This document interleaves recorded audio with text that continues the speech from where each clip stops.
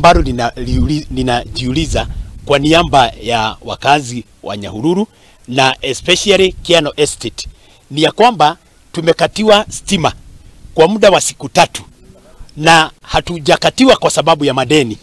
Hawa watu wote ambaye mnaona hapa, hakuna mtu ako na deni hata sumuni moja.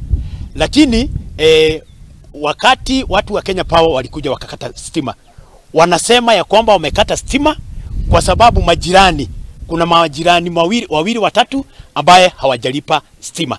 Sasa sisi tunajihoji, unakatiwa stima kwa sababu ya jirani wako, ni kwa sababu gani? Ni sheria gani inatumika watu kukatiwa stima ambaye ni customers ambaye hawana deni? I use the internet very much because I do most of my work online. I publish a newspaper online.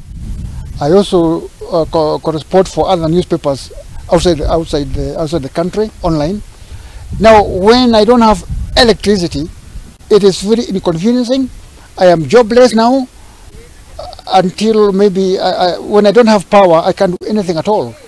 So this is why we are here on behalf of the young people who are using the internet to actually air this feeling that we are actually incapacitated right now.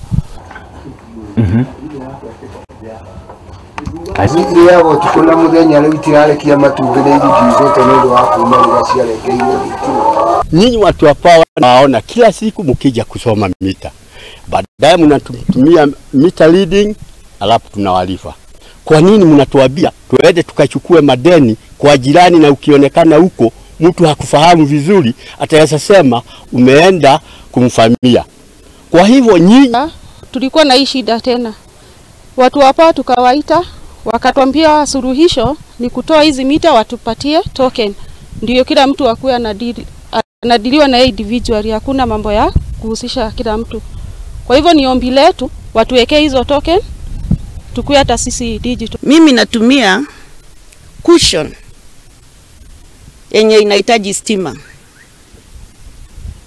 Sasa sija charge. Kitanda pia natumia yenye inahitaji stima. Because of my back, my legs, because I'm partially have problems.